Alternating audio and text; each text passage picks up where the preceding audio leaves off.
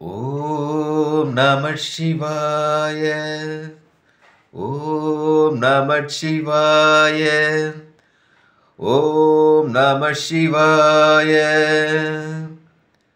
அன்பான சிவ அன்பர்களே, கடந்த நாட்களில் நம்ம சிவபெருமானுடைய மிகவும் புகழ்பெற்ற ஆலயத்துடைய வரலாற்று சிறப்பை நான் உங்களுக்கு வழங்கிட்டு வரேன்.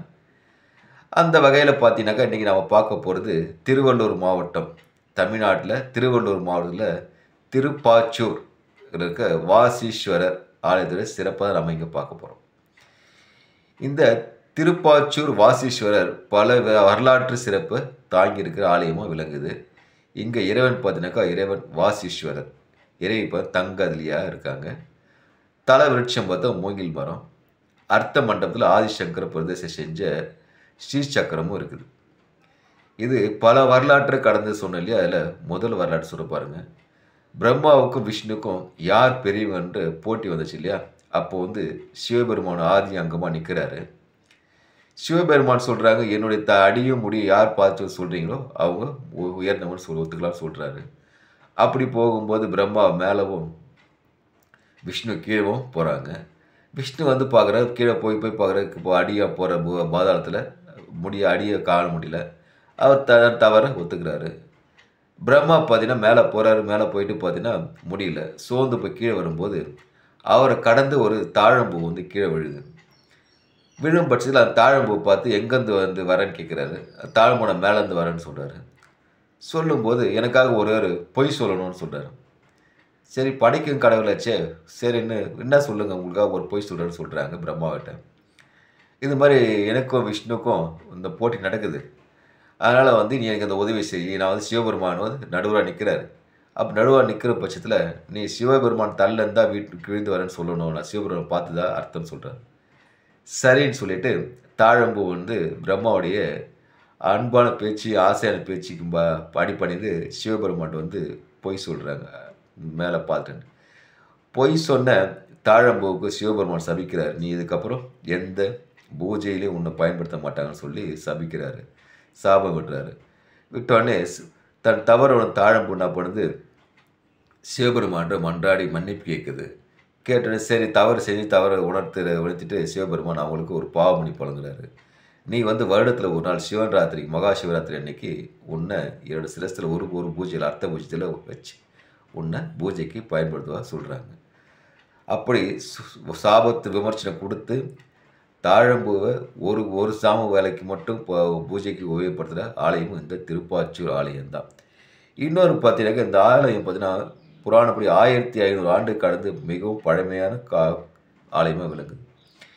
இன்னொரு வரலாற்று சம்பந்தம் என்னென்னா, குதுமன்ற அரசனை பார்த்தீங்கன்னா கரிகால மன்னனுக்கு கப்பம் கட்டு வரான். ஒழுங்காக கப்பம் கட்டு வந்த கரிகால குதும்பன் சிற்றரசன் தான். இப்போ பெரிய அரசன் கரிகாலன். அப்போது இந்த சிற்றரசனை ஒழுங்காக தான் கப்பம் கட்டு வர்றாரு. திடீர்னு பார்த்து ஒரு திமிரு வருது. திமிரு என்ன பண்ணுறது, கரிகாலம் கட்ட நான் உங்களுக்கு கப்பம் கட்ட மாட்டேன்னு சொல்கிறார். இதனால் கரிகாலன் கோபமடைஞ்சு குதும்பன் மீது போர் தொடுக்கிறான். போர் தொடுக்க போகும்போது குதும்பன் மகா காளியுடைய தீவிர பக்தன். குலதெய்வம் கூட அவங்க காளி தான். போயிட்டு தன் குலதெய்வத்தை இப்போ வணங்குறான். குலதெய்வம் நான் காளின்னு சொல்கிறாங்க, நான் உனக்கு இந்த போருக்கு உதவுறேன்னு சொல்கிறாங்க. அந்த தைரியத்தில் பார்த்தீங்கன்னாக்கா அவர் கரிகாலங்கன்னு போர் தொடுக்கிறாரு. அப்படி போர் தொடுக்கும் பட்சத்தில் காளியும் அந்த போருக்கு உடந்தையாக என்ன பண்ணுறாங்க, குதும்பனுக்கு உதவி பண்ணுறாங்க. உதவி பண்ணி மேலேருந்து அம்பு மழையாக பொழிகிறாங்க. இதனால் கரிகாலனுடைய படை எல்லாமே தும்சம் செய்யப்பட்டு போர் தோற்க நிலை வருது. கிட்டத்தட்ட தோற்க நிலை தான் வருது. ஆனால் குதும்பன்ற பண்ணுறாரு, கரிகாலனுடைய படைத்தலைவை கூப்பிட்டு நான் உன்னையும் கொன்றுவேன், நீ போயிட்டு படைத்தலைவன் சொல்லு, அரசர்கிட்ட சொல்லு, அதுக்காக உன்னை உயிரை விட்டுறேன், அவர் போருக்கு வந்தாலும் அவரை கொல்லுவேன், வராட்டாலும் கொல்லுவேன்ட்டு கரிகாலன் மிரட்டி அனுப்புகிறான். மிரட்டி அனுப்பிச்சோடனே கரிகாலனுக்கு ஒன்றுமே புரியல. இருந்தாலும் பார்த்தீங்கன்னா பெரிய அரசர் இல்லையா, படையை திரட்டிட்டு வராரு மறுபடியும் குதும்பம் மேலே போர் தொடுக்குது. அப்படி போர் தொடுக்க வரும்போது பார்த்தீங்கன்னாக்கா ஒரு மிகப்பெரிய மூங்கில் புதாரை பார்க்குறாரு. பார்த்துட்டு யோசிக்கிறார், நம்ம ஒரு பெரிய அரசன், நம்மளை எதிர்த்து போரிட்டு வெல்றான்னா அவனுக்கு என்ன சக்தின்ட்டு வேண்டிட்டு என்ன பண்ணுறாரு, தன்னுடைய கடவுளான சிவபெருமானன்னு வேண்டார். ஐயனை என்ன இது நடக்குதுன்னு தெரியலன்னு சொல்லிட்டு வேண்டும்போது சிவபெருமான் மன்னன் கரிகாலனுக்கு ஒரு ஆசாரிய விபத்தில் ஒரு வாக்கு கொடுக்குறார். மன்னா, நீ போரில் கண்டிப்பாக ஜெயிப்பேன். நீ வணங்குற உன் ஈசன் உன் கூடவே தான் இருப்பான். அதனால நான் சொல்லும் வரைக்கும் நீ போருக்கு போவாத, போர் தொடுக்காத. நான் சொல்லும்போது போ, போர் தொடு. நான் உன் கூடவே இருப்பேன்னு சிவபெருமான் ஆசாரியர்களுக்கு சொல்லிட்டு போயிடுறாரு. அப்படி சொல்லும்போது பார்த்தீங்கன்னா, அவர் எங்கே தேடி தேடி பார்க்குறோம். சிவபெருமான் கிடைக்கல. சரி சிவபெருமான் சொல்லிட்டாருன்னு சிவபெருமான் என்ன பண்ணுறாரு, நந்தியை கூப்பிட்டு தங்க செயினை கொடுத்து காளிகிட்ட போயிட்டு பேச சொல்கிறார். காளி தயவுல தூதுமன் ஜெயிக்கிறான். அதனால் காளிகிட்ட போய் நந்தி தங்க காளி தந்தோடனே அவங்க வந்து அப்படியே ஒரு சிரிப்பாயிடுறாங்க. சிரிச்ச உடனே புன்னகைக்கிறாங்க. அவங்க கோபம் தணிஞ்சிருது. அவங்க அப்படியே என்ன பண்ணுறாரு, நந்தின்றாரு சிவபெருமான் ஒரு தங்க சங்கிலியில் அவங்க காலை கட்டி ஒரு நிற்க வைக்கிறார். நிற்க வச்சுட்டு இப்போ வந்து மன்னன் கரிகாலன்ட்ட சொல்கிறாரு, நீ போருக்கு போன்னு சொல்கிறார். போருக்கு போகிறாரு. போருக்கு போயிட்டு பார்த்தீங்கன்னாக்கா குதுமனை போரில் வெற்றி ஆடுறாரு. வெற்றி கண்டு மிக சந்தோஷமாக கரிகாலனுக்கு வந்துட்டு பார்த்தீங்கன்னா, அவருக்கு வெற்றி அடைஞ்சாலும் சிவபெருமான் சொன்னார் இல்லையா கனவுல, நான் அவன் பக்கத்தில் தான் அவன் கூட தான் இருக்கிறேன்ட்டு சுற்றி சுற்றி தேடி பாரு, எங்கேயும் கிடைக்கல. அவர் கண்ணுக்கு அந்த மூங்கில் புதார் தெரியுது. அந்த மூங்கில் புதாரை வெட்ட சொல்கிறாரு. அப்படி வெட்ட சொல்லும்போது பார்த்தீங்கன்னா, அங்கே இருக்கிற காட்டுவாசிங்க சரி இங்கே சிவபெருமான் எங்கே இருக்காங்க.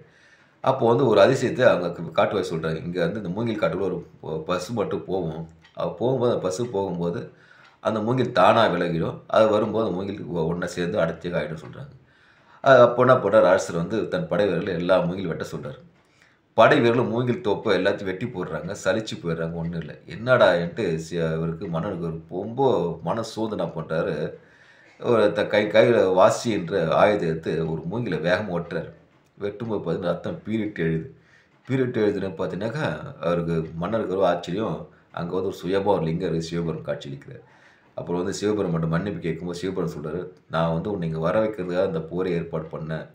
இன்னொன்று சொல்லிவிட்டு அந்த வெற்றியும் கொடுக்குறாரு. வெற்றி கொடுத்துன்னு அதே இடத்துல இந்த கரிகாலன் வந்து சிவபெருமானுக்கு அந்த வாசியோட புறலை வெட்டினார் இல்லையா, அதனால் அந்த வாசீஸ்வரருக்கு ஒரு ஆலயம் அமைச்சு தராங்க. அது மட்டும் இல்லாத இன்னொரு வரலாற்று என்ன சுமந்துக்கிற சிவபெருமானுக்கு வந்து தக்ஷன் யாகம் நடத்தினார்ல, தக்ஷன் யாகம் நடத்தும் போது சிவபெருமான் சொல்ல மீறி பார்வதி வந்து தக்ஷன் யாகத்துக்கு போகிறாங்க. அதனால் போகும் பட்சத்தில் சிவபெருமான் அப்புறம் அவர் சாபம் விடுறார். நீ என்னுடைய வார்த்தையை மதிக்காத போகிற இல்லையா, பூலோகத்தில் சாதா ஒரு பெண்ணாக பிறந்து வாழ்க்கையை ரசிச்சுக்கும் போது நான் வந்து கரம் பிடிக்க சொல்லி சாபம் வச்சு அனுப்பிச்சிடுவார். பூலோகத்தில் சாதாரண வீட்டு பெண்ணாக பார்வதி பிறந்தாலும் சிவபெருமான் மிக கடும் தவம் செய்கிறார். கடும் தவம் செஞ்ச இடமும் இந்த திருப்பாச்சூர் தான். இந்த இடத்துல கடும் தவம் செஞ்சு சிவபெருமான் தங்க அங்கிலி கொடுத்து அவரை கூட்டிகிட்டு போன இடமும் இந்த இடம் தான் சொல்கிறாங்க. அதனால் இவ்வளோ சிறப்பு வாய்ந்த ஆலயத்தை வேறு எங்கேயும் தமிழ்நாட்டில் பார்க்க மிக சிறப்பு. இன்னொன்று பார்த்தீங்கன்னா, திருப்பதி வெங்கடாஜலபதி வந்து திருமணத்துக்கு வாங்கி கடனை வந்து இன்னொரு கட்ட முடியல. அந்த கடனை தீர்க்கிறதான வழியை வந்து சிவபெருமான் எங்கேயாவது சொல்கிறாரு வெங்கடாஜலபதிக்கு. அதனால் வந்து இந்த வாசீஸ்வரை போயிட்டு வணங்கிட்டு பார்த்தீங்கன்னா, நமக்கு இருக்கிற கடன் பிரச்சனை, வாழ்க்கையில் இருக்கிற தொல்லைகள் எல்லாம் அகண்டு எல்லாம் நீடோடி வாழலாம். அதனால் வாய்ப்பு உருவாக்கிட்டு திருவள்ளூர் மாவட்டத்தில் வாசீஸ்வரர் ஆலயத்தை சென்று இறைவரை தரிசித்து நீடோடி வாழ்க, இறையருள் பெறுக.